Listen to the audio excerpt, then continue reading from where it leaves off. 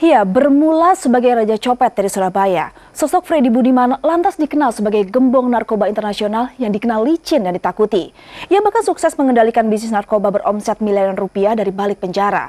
Sosok Freddy kian membuat penasaran lantaran kehadiran sejumlah wanita cantik yang berprofesi sebagai model sebagai kekasihnya. Siapa Freddy sebenarnya? Berikut informasinya.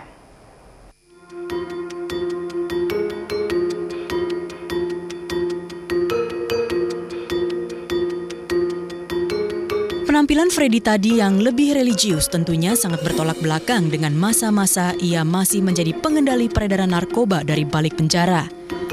Wajah dingin dengan rambut yang dicat warna-warni kala itu membuat publik sempat berpikir Freddy tak akan pernah merasa bersalah dengan ulahnya.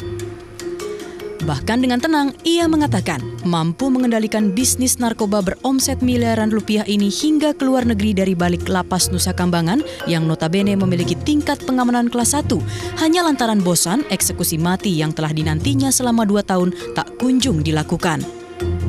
Ya mungkin saya ngelihat hukum di Indonesia ya sampai detik ini hukuman mati kalau kita baik belum juga ada perubahan. Saya 1,5 tahun 2 tahun hanya diisolasi saya terima hukuman itu. Terus dengan adanya eksekusi gelombang 1, gelombang 2 membuat saya gimana ya, ketakutan juga iya mungkin ya. Terus tapi tidak jera gitu. Bukan ketakutan dalam arti eksekusinya, bukan. Kalau kita nggak mencari kehidupan, saya punya keluarga, punya kehidupan, punya anak, punya yang harus saya penuhi. Freddy Budiman sebelumnya dikenal sebagai penguasa bisnis narkoba.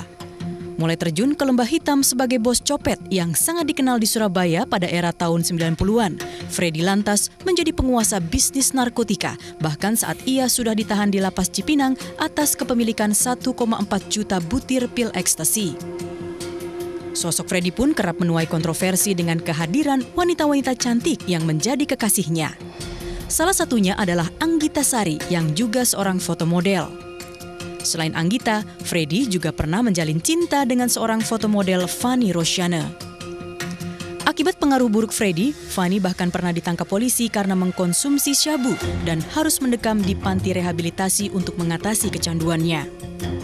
Kelihayan Freddy dalam aksi sogok menyogok aparat pun sempat berujung pada pencopotan Kalapas Cipinang, yakni Turman Hutapea pada tahun 2013 lalu. Saat itu Turman terbukti sengaja menyediakan ruang khusus bagi Freddy untuk bermesraan dengan sang kekasih dan memakai narkoba di dalam lapas. Dan ternyata Freddy benar-benar ingin bertobat di detik-detik akhir hidupnya sebelum berdiri di hadapan regu tembak. Namun hingga kini kapan eksekusi mati dilakukan belum dapat dipastikan. Tim Liputan MNC Media.